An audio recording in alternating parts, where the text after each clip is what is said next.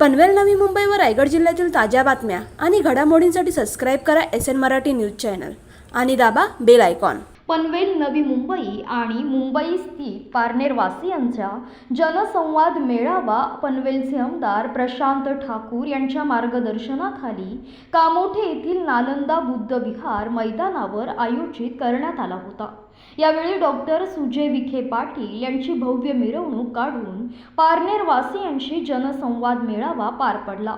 सदर मेळाव्यात प्रामुख्याने निलेश लंके प्रतिष्ठानच्या मीडिया सेलचे अध्यक्ष असलेल्या पदाधिकाऱ्याने सुजय पाटील यांच्या एका कार्यकर्त्याला दूरध्वनीवरून डॉक्टर सुजय पाटील यांना गोळ्या घालणार असल्याचे सांगत अश्लील संभाषण केल्याचे कथित ऑडिओ रेकॉर्डिंग ऐकविण्यात आले।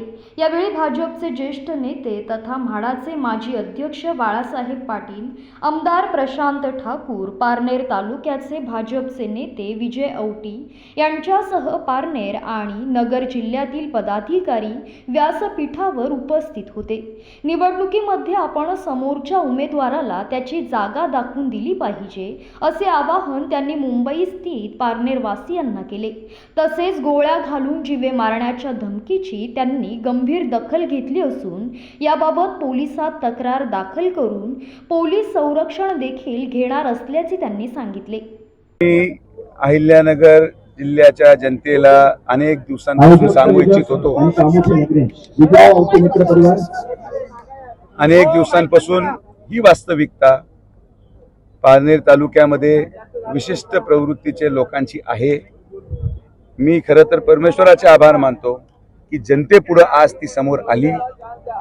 हे आजचा विषय नाही, प्रत्येक युवकाला, प्रत्येक नागरिकाला अशाच प्रकारे वागणूक त्या तालुक्यामध्ये मिळती जो एखाद्या विशिष्ट विचाराचा विरोध करतो।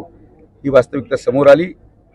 मला क्लिप, मी इथं लँड झाल्या मला क्लिप आली, माझ्या आईवडिलांनी फोन लावला आणि शेवटी कुठल्या आईवडिलाला असं वाटतं की नेमकी काय आहे काय नाही, कारण की या प्रवृत्तीच्या विरोधात सगळे युवक एकत्र आलेले आहेत।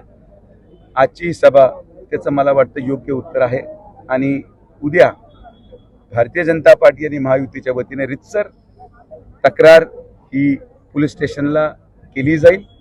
तसंच निवडणूक आयोगाला देखील आम्ही तक्रार करणार आहोत की या प्रकारचे घटना जर घडत असतील, अशा प्रकारे जर उमेदवाराला गोळ्या घालण्याच्या धमक्या दिल्या जात असतील आज पुरोगामी महाराष्ट्रामध्ये, तर मग जनतेने याचा विचार करणं आवश्यक आहे आणि निवडणूक आयोगाने देखील योग्य ती दखल करणं आवश्यक आहे। सुजयजी, हा जो धमकीचा प्रकार घडला